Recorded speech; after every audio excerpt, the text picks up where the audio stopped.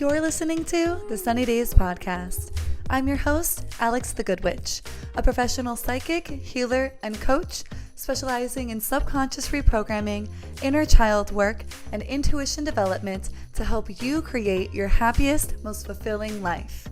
Thank you for tuning in on this sunny day.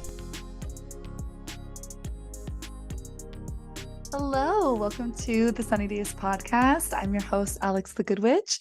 And today I'm going to dive into energy work, specifically self-energy work and the ability to self-heal. But more than that, I think we usually think of things like energy work and specifically Reiki as healing, but there is a lot more that it taps into. So definitely want to get into something that I believe a lot of us see as potentially kind of out of reach. Like maybe that's for certain people and we don't have that capability.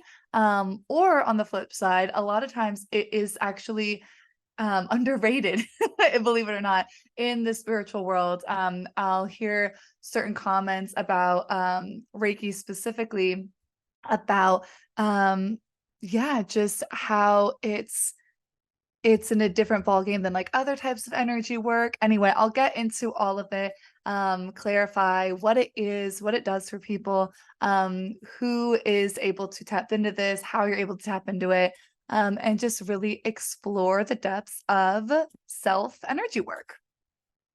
So I definitely want to start with my story of energy work and how I became a self healer and then eventually a healer for others. And not only that, it gave me the ability to be a psychic for others. Like I said, there's just like a whole world. It's a lot more than just healing. But yeah, I'm going to start with my story because I feel like it is a very good antidote as well of what energy work is, why you might want to get into it, what it can do for you, things like that. So let's flash back to when I was much younger. I was a teenager. I was in my late teens. I was graduating high school. And I was going through a very, very difficult time in my home life. I grew up in one of the homes that I was living in was a very abusive place. And I was going through a really hard time with that. I was actually leaving quote unquote running away from that home because I was doing it in secret. So yeah, a lot going on, a lot of chaos. And on top of that, or mixed in with that, I was very, very anxious. I was a very anxious kid. I have generalized anxiety disorder. So I was anxious all the time about everything.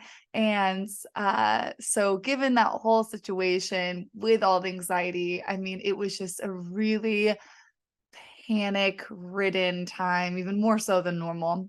Right. So I was going through all that, and my boyfriend at the time, he was like my high school boyfriend through a couple of years of college. We're together for a long time. He was just watching me go through this and helping me however he can, but kind of just like watching me lose it. And he was like, "You have to go to a therapist." He actually gave me an ultimatum, which I appreciate for sure. I'm not always a big fan of ultimatums. Like if I was to coach somebody, of course, everything is within context. And in this context, that's honestly exactly what I needed from this person. And it was actually the perfect boundary that he should be setting given everything that I was going through and how I was acting and how concerned he was for my well-being. So anyway, his ultimatum was that if you don't find therapy for yourself, like I can't be in this relationship. And at the time, I didn't know if I necessarily needed therapy. I was just like a wreck. I feel like I couldn't even think about it for a second, but I was extremely codependent, so I would definitely not want him to leave me. So that was that was the encouragement enough. So I was trying to find a therapist, and I was just running into all of these problems with like insurance. Like I'd meet someone and I thought they were in my insurance and I guess they weren't. And it was just this whole thing. At this point, I was starting my first year of college. So I'm had just turned like 19, I think. And yeah, so still, kind of young, very confused about insurance and all of that. And it just was not working out. And then I ends up going to this therapist, and I had another initial appointment. Like, at this point, I had so many initial appointments, and some of them were a slap in the face. Like, I would tell my story of why I was there, and then after diving into all of that trauma, they would literally be like, "Oh, well, this is too much for, like, what I do. You're gonna need, like, extended care, and that's not what this is." And, at the time, I was like, "Well, why didn't you tell me this earlier?"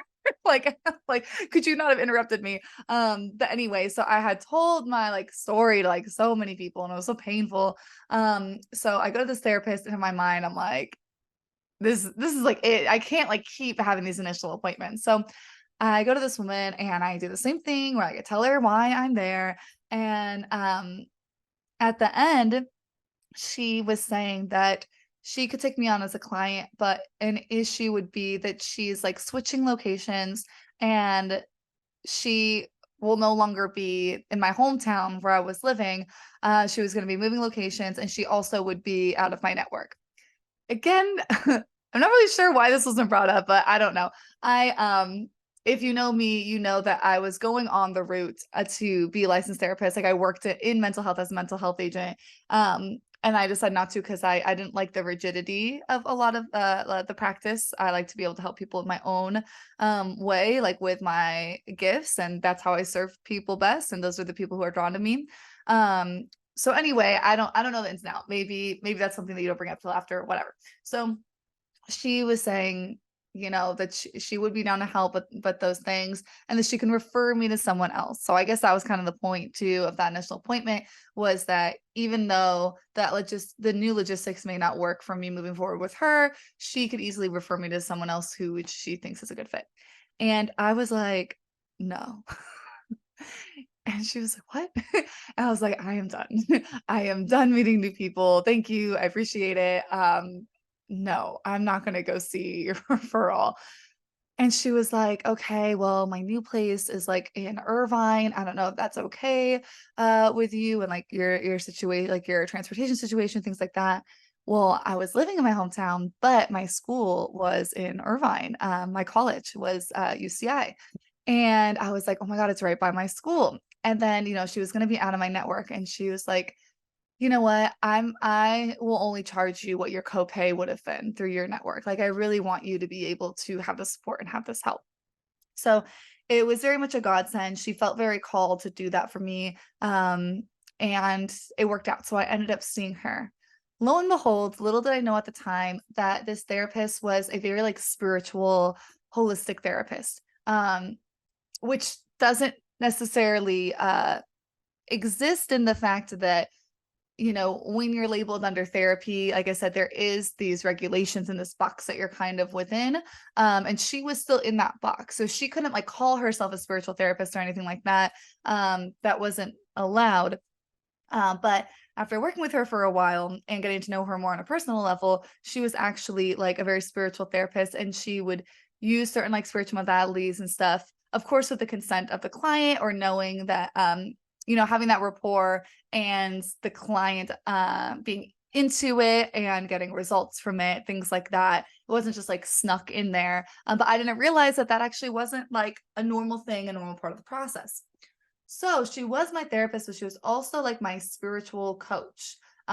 She is in a lot of ways, or at least as just far as like title goes, who I am for people now, right? It's kind of like blended modality. And years later, she let me know that that was actually not legal for her to be doing that with me because she was under the confines of therapy. And that's why she later left and titled herself as a coach. And that's what a lot of coaches do. I actually have me and my husband have a like couples coach that we set out because we just want to have someone to have forever for any of our future problems, super active, things like that. And she was a licensed therapist, and then now has to call herself a coach because she's outside the confines of therapy and is more spiritual, does shadow work, things like that. So anyway, I did not necessarily understand this whole world at the time. I was just really focused on my anxiety. Like I said, I was a wreck. I was extremely codependent, but didn't know it. Like I remember my first session, I even said, um, you know, when I tell you all these things, you might think I'm codependent, but I'm not. Like something like that, which is like so funny looking back. To say it's like I had the awareness enough to even like say that. Um, but anyway, at the time, I was just so overwhelmed, seeking relief, seeking help for just the chaos, and because I had the ultimatum too, right? So I was not there for spiritual reasons at that time. I wouldn't have considered myself spiritual looking back. I have always been extremely spiritual, but I grew up in Christian school. So it was always within the framework of Christianity, even though I was so like such a sensitive and spiritual being, it was always within that framework because that was the only framework I knew. So, not seeking her for those reasons, seeking her for like the complete chaos and awfulness of my life and the anxiety.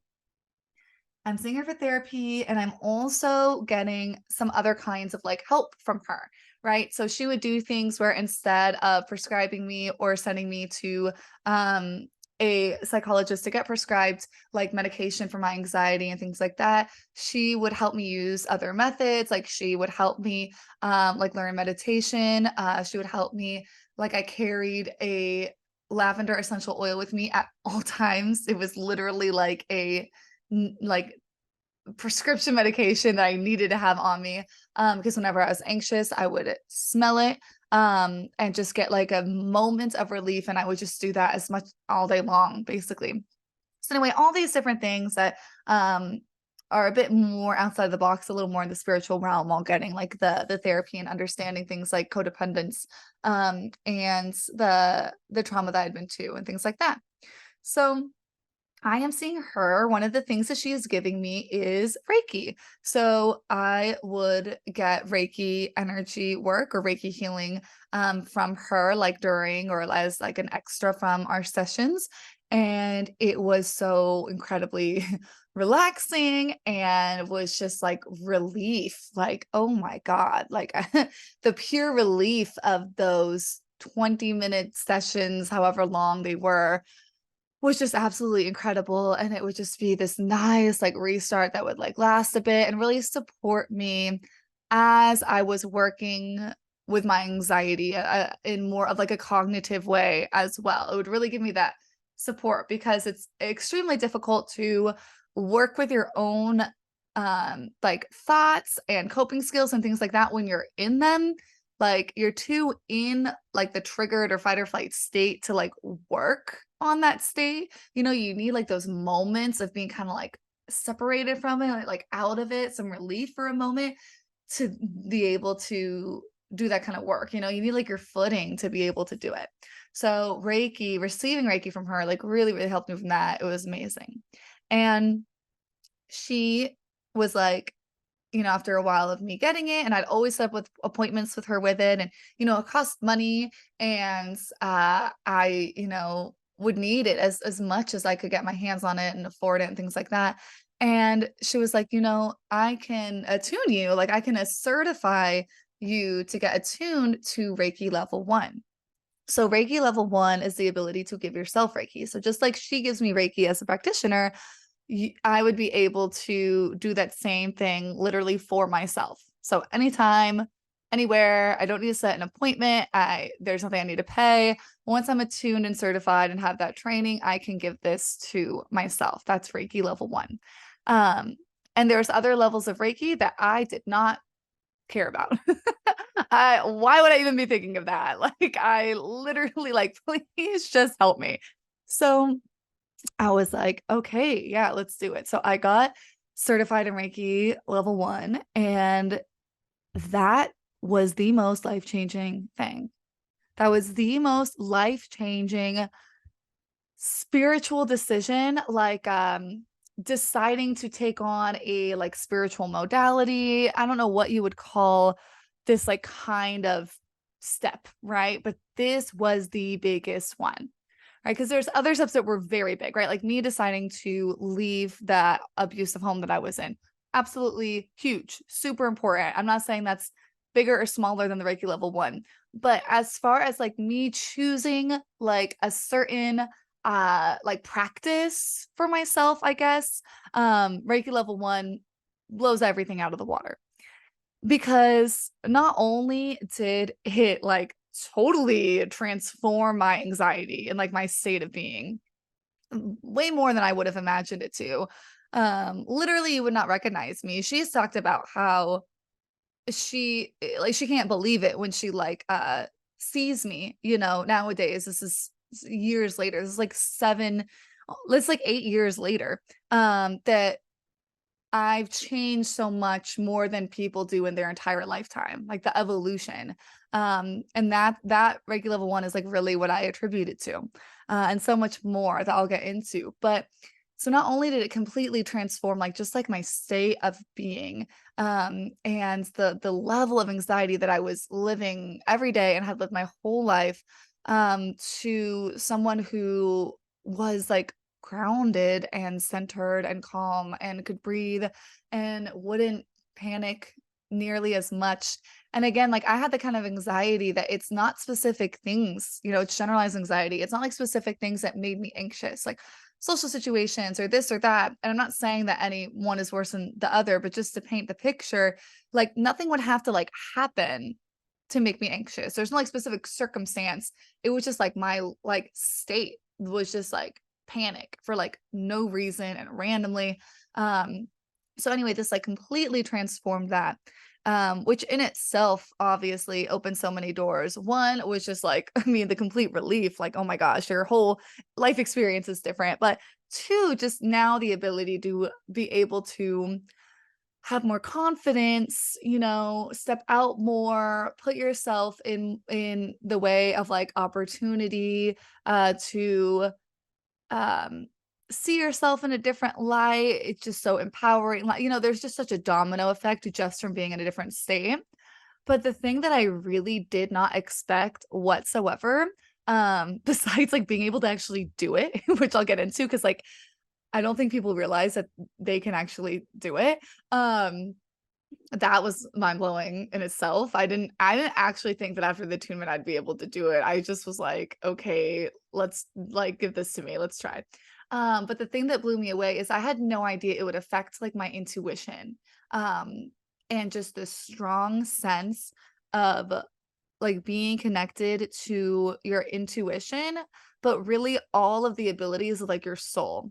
So the sensitivity of like really reading energies clearly, of opening up like psychic ability, hearing your intuition loud and clear, being able to like channel, being able to connect with like energies, like being able to connect with the divine, like all of those like soul abilities just like opened up like crazy. Like the floodgates, in the best way. It was not in an overwhelming way. It was just in like a you have unlocked this thing way. Um, did not expect that whatsoever. And that's what it does. I always caveat that it does depend on like the practitioner, or the master, because a lot of times, just like teachers, we imprint like our students or clients or whoever with our like unique fingerprint, if you will, our unique like ways of doing things and perspectives. And of course, everyone from there can go and like make it their own. But just like any teacher, it does matter who the teacher is, because I've had people who have come to me and I'm like, "Oh, have you gotten Reiki before?" And they're like, "Yeah, I didn't feel anything." I'm like, "Okay. Um, that's fine. I'm not saying they necessarily didn't do anything. I don't know. I wasn't there. I don't know who that person was." Um, but whenever people get Reiki from me, they feel it, and they feel it specifically where I'm feeling it, like, they know where I'm working, and then also with me, you get psychic messages, I get psychic messages while doing it, and I've heard a lot of people say they've gotten Reiki, and that was not even close to being a part of, the process, so it really does depend too. So my only reason for bringing this up is to just let you know that when I talk about Reiki, I am talking about it in a general sense, but also there are like these nuances of who your practitioner or master is, the ways that you're learning it, the kind of training that you're doing, and things like that. So of course, I am mostly speaking from like my own experience within me personally and my like self-healing, and then also like me with clients, because like I know the most about that experience more than like all the however many Reiki practitioners and masters there are and energy workers. So anyway, as far as like the intuition unlocking goes, did not expect that at all. And I know it's a thing because that's what happens when I like attune clients is they're like, oh, I did not expect to like the next day I would do a meditation. All of a sudden I am getting like insight and symbols and messages that I would not get in meditation previously. Um, and that, you know, they didn't expect that. And I feel like that happens too, is like you don't expect it walking away. Like you feel really, really good from the attunement. And like it does feel like this rebirth and it's awesome. But I feel like just because of self-consciousness, you don't necessarily think, okay, well, tomorrow I'm just gonna give myself this and it's gonna like work.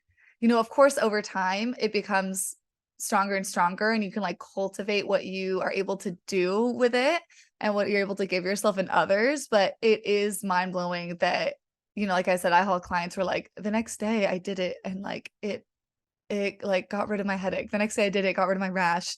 The next day I did it, I got like the visions of the intuition. Um, so yeah, it's so much more than you would realize. It's so much more than just the word healing. The word healing gets thrown around a lot. So then the thing that I want to talk about is as well as like I just kind of described from a Reiki standpoint, is that there's also this aspect of energy work in a more like broad or vague term. And I realized that from being more and more in the spiritual world and knowing other practitioners and things like that, is that there's Reiki and then there's what people would call energy work, and it definitely overlaps. So people have different nuances of what that means. So, you know, when I teach Reiki, I now specify that I'm also teaching energy work in other ways because certain things that are performed a lot of people wouldn't consider Reiki. Reiki is very much like healing hands, um, and it is about healing with energy.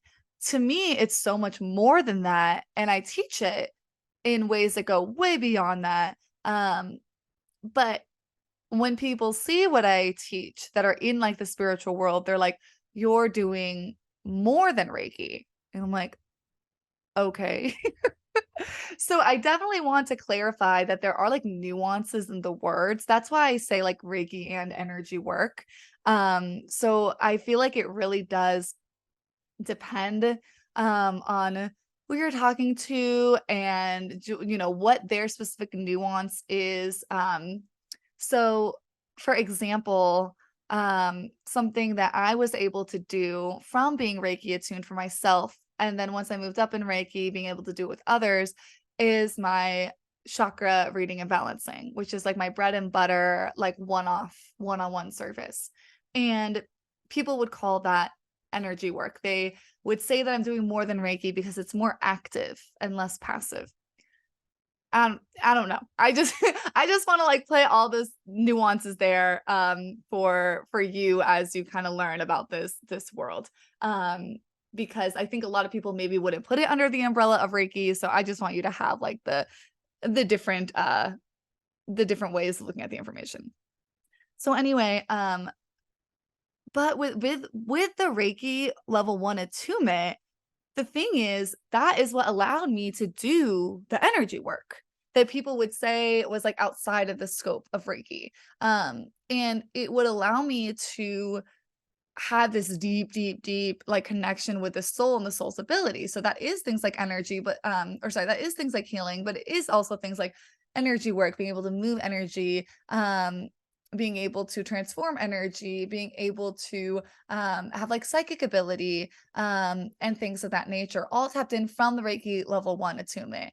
There wasn't, like, more modalities or trainings separately that gave that to me. And then same with clients, the way that I go about it and the way that I like train and teach and attune, they get all of those things with it. Like they're able to do those things.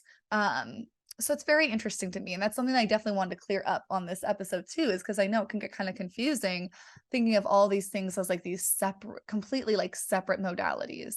But I think it really matters the way that you um, receive it, are attuned to it, and are taught and trained and are given the hands-on like guidance of what you're really able to do once you're tapped into it. So speaking of once you're tapped into it, that is what the attunement is. So if you're not in this world, you may not know what the attunement is. So Reiki attunements are the attuning you to that specific level of Reiki. There are some attunements that are outside the levels. For example, there's this Reiki healing attunement, that would be the traditional name, and it is definitely more than just like receiving Reiki from a practitioner. It's like a very different process and like energetic shift that's going on. So it's like more powerful than receiving Reiki from a practitioner. That's what I call the new energy um I forgot what I ended up naming it. New energy, who's this? New energy, new me. In my mind, I always like mix up the phrases and I forgot what I like landed on. I feel like I tell people the wrong one half the time. But anyway, my new energy, who's this, or new energy, new me. If you've ever gotten that from me or if you see it on my site, that's technically a Reiki attunement, but you're not getting certified in any level. So the majority of the time when you hear attunement, it is because you're getting certified on a certain level. The attunement is attuning you to the capabilities of that level. Here's the cool thing, and here is why a lot of people think that, "Oh, I don't think I'd be able to do it."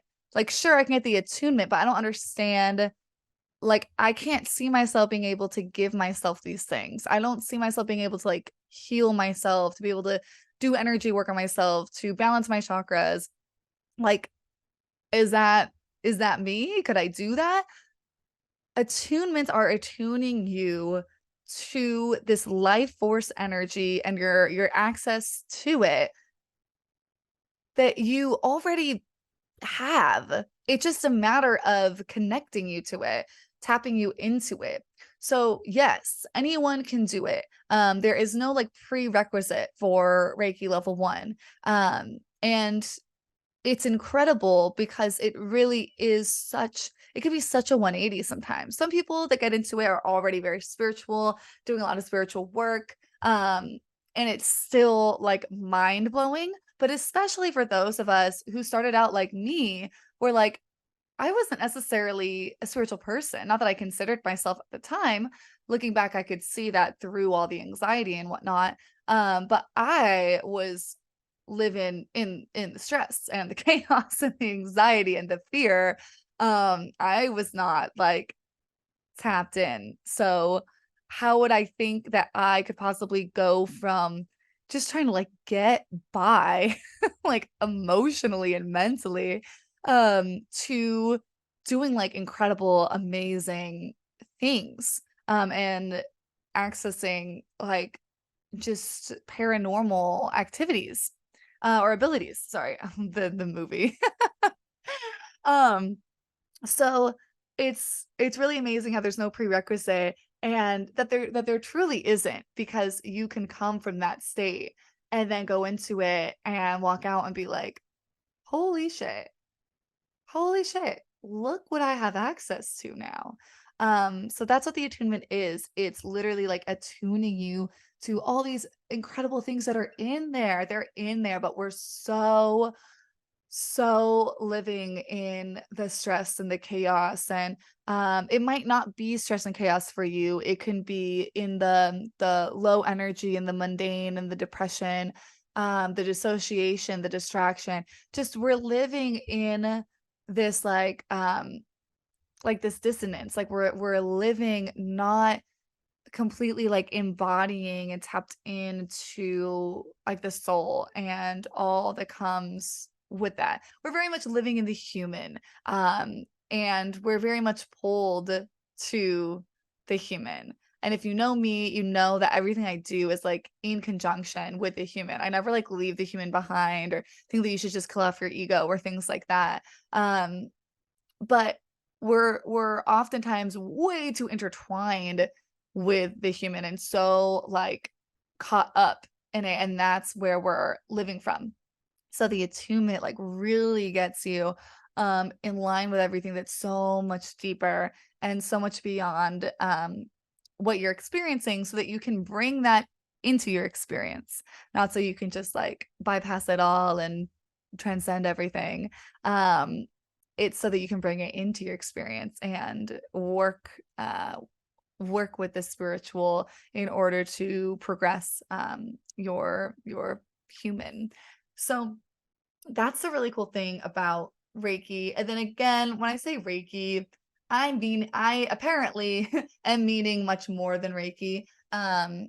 By people who have gone to like these are people who have gone to like schools for like pranic energy healing and like psychic work. They've gone to like all these trainings and stuff, and then they get like reading or healing from me, and they're like, "Who taught you this?"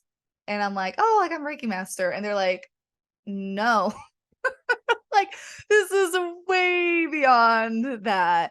And I've gotten that multiple times. So I do want to clarify in case anyone needs this information in the back of their mind when they're discerning different like modalities that they want to look into or they're learning from, someone else simultaneously. That yeah, there's like there might be more to the description that I'm completely describing, but I teach in the way that I do. So I teach that all encompassing way. I put it under Reiki for the most part because that's like the certification that you're getting. That's like the a main process that you're getting, but then you're getting the training of everything else with it. So anyway, it's really cool that you can do these things um by like having this very big momentum of this decision of, you know what, I deserve to give myself this healing. Because that's what it came down to. Like I said, I didn't do it with these big goals and aspirations of getting all the way to master. I didn't care. Why would I care about like why would I care about that? Like I was like dying.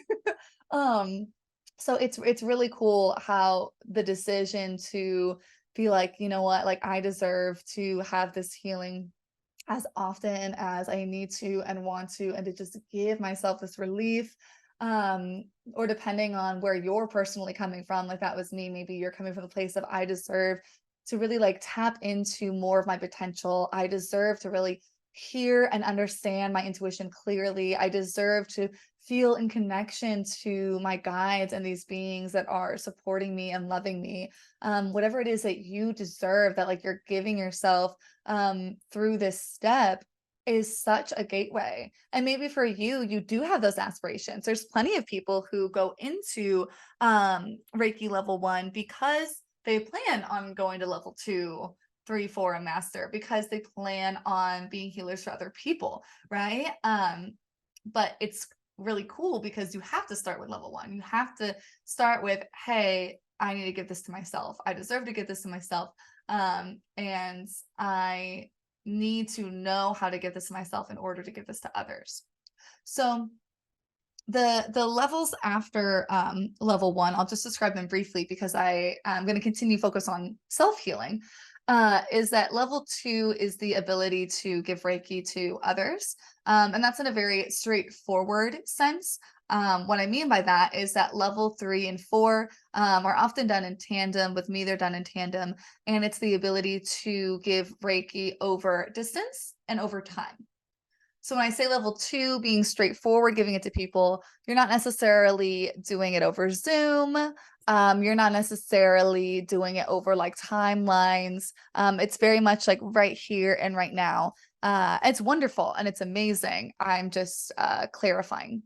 So level 3 and 4 over time and distance. Distance is pretty obvious. These will be things like doing it over Zoom, right? Doing it literally long distance. But time as well. So being able to send it to someone at a specific time that's not the present.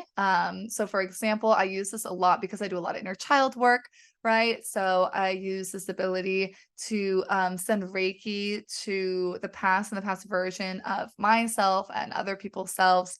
It's really cool for future as well, like tapping into our like future selves and embodiment in that way. So there's different ways that you can use time. This is also why I get asked the question all the time, and I totally understand. I'd probably ask the same thing, is it the same over Zoom? And again, I can only answer for myself. Um, I don't want to like please use discernment when choosing your like practitioners, readers, things like that. There's a lot of incredible, amazing people out there. And then there's a lot who maybe are not in it for the right reasons or whatever. But anyway, for me, the answer is yes. And I know this from just a lot of experience. I started with Zoom mainly, as far as like a business goes. I started giving people Reiki almost 8 years ago. I'll explain why it was so close to Reiki level one. And that was in person when I started. But then when I started like my business, it was like all over Zoom. It was mostly during COVID, right? And then now I do both. I've been doing both for years and it's the same experience. I get the same reactions and responses, or else I wouldn't be saying it's the same. Maybe I would like charge differently and say like, hey, it's not really the exact same thing, but it is helpful. No, it is the same thing.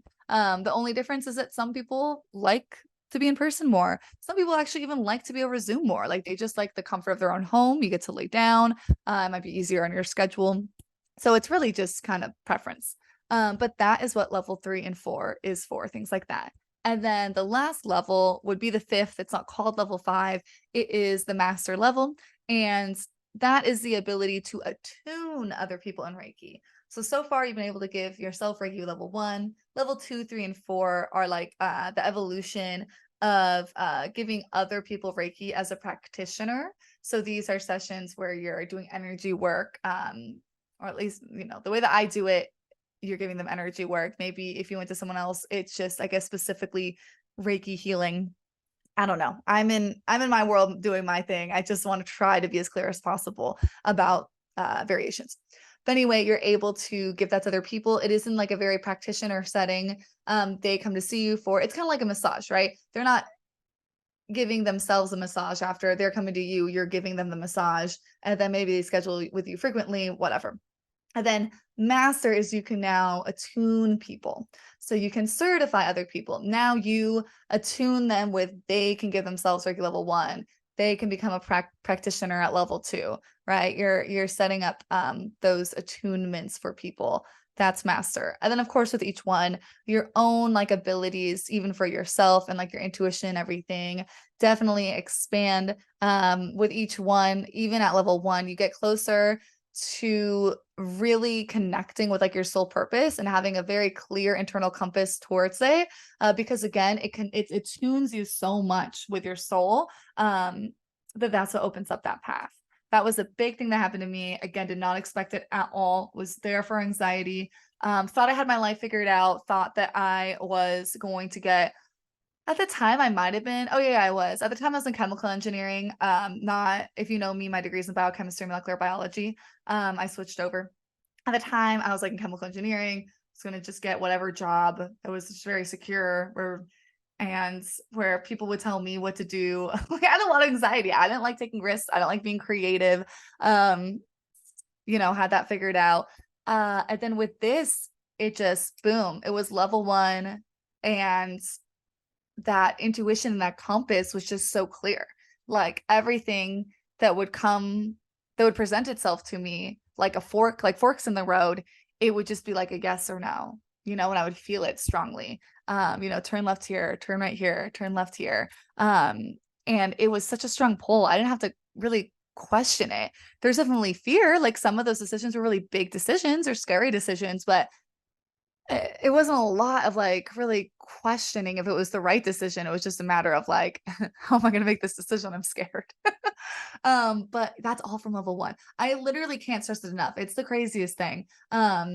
People would ask me all the time, like clients of mine and stuff, like how did you know you're psychic? How did you get to, you know, having your own business? And like it always comes back to that. Of course, there's other things like I said, I was in tune, but grew up very religious, also, grew up with a lot of anxiety, right? So there's just, like, a lot of stuff in the way, so it was always, like, there underneath, um, and then there's obviously other decisions, like deciding to choose myself and leave that home, things like that. But Reiki level 1 was the one as far as, like, ability goes, like, the ability and that sole purpose component, where I am just led to this like a moth to a flame, and at the same time, I am just intuitive and in tune to my energy, other people's energy. I can now sit with someone on purpose and give them a reading, whereas before, my, in tune kind of abilities would just kind of come and go and they were random and I didn't know what to make of them and I also had a lot of other shit going on. So yeah, it really would always come back to that.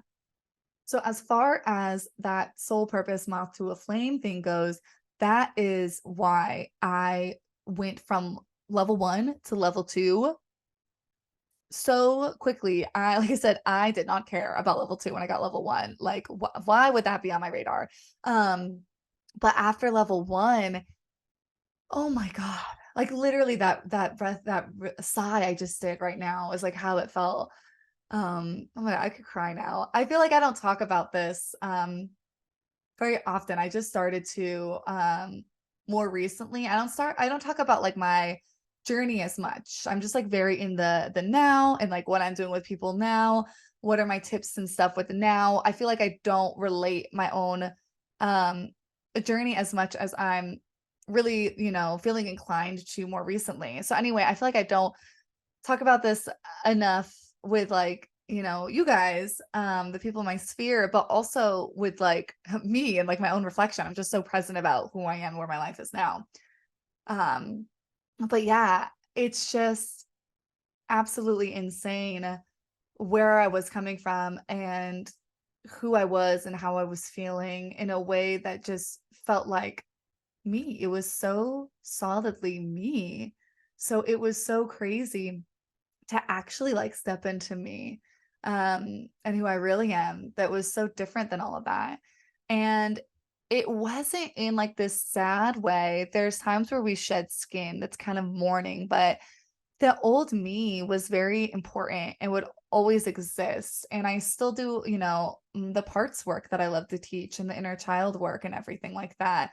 You know, they're still there as much as I help them, evolve out of feeling like they have to stay, in these states that don't serve them, but it was so incredible to, like, step into what it feels like to really be me. Like, what is it like to be you without all of the thoughts or without the depression or without all of the circumstances that just weigh on you? Like, what is it like to be you, like in a vacuum is like what's coming to me. Oh, sorry, I use that phrase, and then some people don't know what I'm talking about. I have a science background. So if you don't know what I mean by in a vacuum, like a vacuum is just like a completely perfect scenario. Like there's no like math would be perfect, physics would be perfect in a vacuum. But in real life, there's all these factors that come in. You know, of like different resistance and like forces and dampening and things like that that can like mess with the equation. But a vacuum is like, you know, perfect conditions. It's like how someone would exist under nothing, right? There's like nothing exists around you. Like how would the thing exist? How would the equation go? So anyway, it was like being able to experience who I really am by like experiencing myself in a vacuum. Like how would you be if you didn't have all of the shit for lack of a better word. Obviously the shit is like very nuanced and under a whole spectrum and sometimes beautiful, but you know what I mean. Um and it's cool because it's not just to stay in that vacuum. Like how I'm very big on not just spiritually bypassing, which would be the goal is like to just stay in that vacuum and be in that vacuum forever. But that's not why we're here. And you couldn't do that anyway. So it would just make you feel like you're failing. Um But the point is that you get to experience yourself in this vacuum, right? And then now, like, you've done that. Like, once you've experienced that, you have a whole different way of looking at things, a whole different perspective on the world and your life and what you're capable of and what you can do right now. And you just tap into these abilities that you have found in that vacuum that you realize that you can use in the real world and that like you can use as a human. So like that's what it's like. That's what it's like to like step into that big kind of decision. And I use big decision because it's more like big results. Um, because sometimes the decision is like, yeah, let's do it. Like I feel inclined to. Like for me, I was like, oh my God, I need to do this. It didn't feel like I didn't like weigh on it. I mean like big decision, like looking back, like that was a big thing. Like I guess a milestone would be a better word. Like that's what it feels like to have that kind of milestone. So the reason that I jumped into level 2 so soon was because of that. Like, I had felt myself and, like, who, like, I really am in this vacuum, and then you're just really connected to what you're capable of, and you're really connected to, like I said, that soul purpose that may not have been there all in the slightest. Like I said, my direction was, like had nothing to do with purpose. I just thought that I wanted to be a chemical engineer, blah, blah, blah. And it just connected me so deeply to this draw. Um, and it's like, wow, this is like what I want to do next. And then it's also like that very clear, do I turn left here? Do I turn right here? And as far as level 2 goes, it was like, hell yeah, I turn right here. Like, what? I would have never thought of it before, but it's like once I had that first attunement, it was just so clear. And I'm like, yes, give me level 2. So I did it very soon after. Very soon, meaning there's a break. And I teach this the same way. This is how my master I feel like that's a weird way to say it, my Reiki master, taught it, and I carry on a similar kind of thing where I do have specific timelines for moving, quote unquote, up the ladder of the Reiki levels because if you're gonna do level 1, I don't want you to go be a practitioner and, like, do Reiki and energy work for other people if you haven't really had the time to really do it for yourself, right? Like, you should know what that's like, what that feels like. You should be, like, well-versed in it in order to support people, in it, right? You can't just, like, ignore yourself or how to do it within, like, you're your test person. I don't want you just, like, you know, going to people and fucking with their energy or like not even doing anything. Like you haven't really been like doing it with yourself and you're like out of practice and you're not you know what I mean. So anyway, I there is like this waiting period for her. I think it was like a couple months that she had me do it. I have to see. I have a timeline. I'm like so not in the headspace as if I'm doing an attunement right now, but I have a timeline that's like about like a month or two to make sure that you're giving it to yourself. So anyway, I did Reiki level 2 like as soon as I could. I was doing level 1 all the time for myself. I did level 2 pretty soon after, whenever that wait kind of was. And then same with level 3 and level 4. I remember I just went to those basically as soon as I could too. It was all very much in succession. And yeah, I would have never sought that out. And I'm not saying that that needs to happen to everyone. That's because it was aligned with my soul purpose. I became literally an energy worker and a psychic, and each one really helps me build that psychic ability even more so and be more clear, do it more on the spot, be more direct, have more confidence, all that good stuff. So you may find that you end up wanting to go up that Reiki ladder. Maybe like I spent a couple years in between level 3 and 4 and master, because I was just perfectly happy being a practitioner, and that's how I helped people the most. And I didn't really see myself as someone who was helping people who then wanted to be a practitioner themselves. You know what I mean? Like I was giving people that relief that they needed. I was giving people the ability to, yes, like heal others, and they could do it professionally with level 2, 3, and 4, but I felt like I wasn't, I just didn't see myself being someone who then attunes people with like the ceremony, the certification and like stuff like that. I just wasn't inclined to. So I actually took like a random gap of a couple of years before master, where then I was able to um give people the ability to heal themselves. And like that's what really like clicked into me. I'm like, hold on, this did so much for me. So much for me. So yes, I love giving people Reiki as a practitioner, like come see me, make your appointments with me. But I was like, I need to be able to give people level one. And obviously I can give more than that as a master, but like just that alone is like, I need to be able to allow people to give this to themselves anytime, anywhere. And beyond that, tap into that soul, you know, feel themselves as if they're in a vacuum. And just like this whole experience that like completely changed my life. I'm like, I need to be giving people that. So I just it took me being, I guess, ready, or like my guides realizing I was ready, whatever that course was for me. But all just to say that the beautiful thing is that you can literally grab level 1 and be like, "I need this. I need this for me," and literally just stay there forever. You don't have to do anything at all with it. Or maybe you're inclined a little while later to move up 1 or move up 2, or maybe years later you decide that you wanna move up 1. Maybe you're like, I've had people who are like a masseuse or even like a hairdresser, and then like later they're like, I want to be able to like give people like this energy, while they're like on my table or in my chair. Obviously with the people, knowing, but who knows? Or maybe you never ever do that, right? It's all just so flexible to your path. So you can literally just like stay at level 1 for the rest of your life and be like, I'm just gonna take care of myself and like be so in tune with myself. It's amazing. I love it.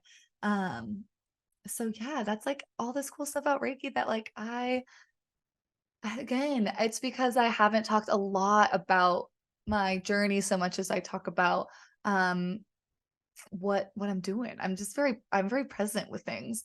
Um but I am wanting to connect more with like the journey of things to also um help people feel really heard on their journey. Everyone's journey is different. No two are the same, but like I think a lot of people didn't even realize where I was coming from before being the version of me that they see now. So I think it could be very easy to assume.